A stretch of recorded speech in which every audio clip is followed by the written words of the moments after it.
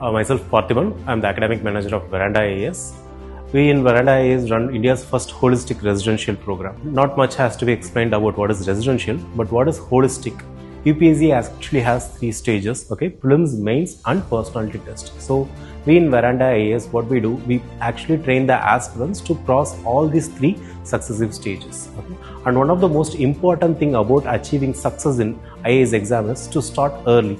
Generally, people tend to think that after completing their college degree, they can prepare for IAS and then they can clear the exam. But in reality, it is really good to start at a very engaged. Okay, so you don't have to do any specialized preparation. But what you are supposed to do, you have to do a focused preparation. From 6th standard itself, one can start their preparation for UPSC. That actually increases the rate of success. Okay, you could clear the exam. So it is very, very crucial for any person or any parents, if you want your children to achieve an early success in UPSC sector, please join them at a well-researched organization such as Veranda IAS. Veranda IAS, where your dream becomes reality.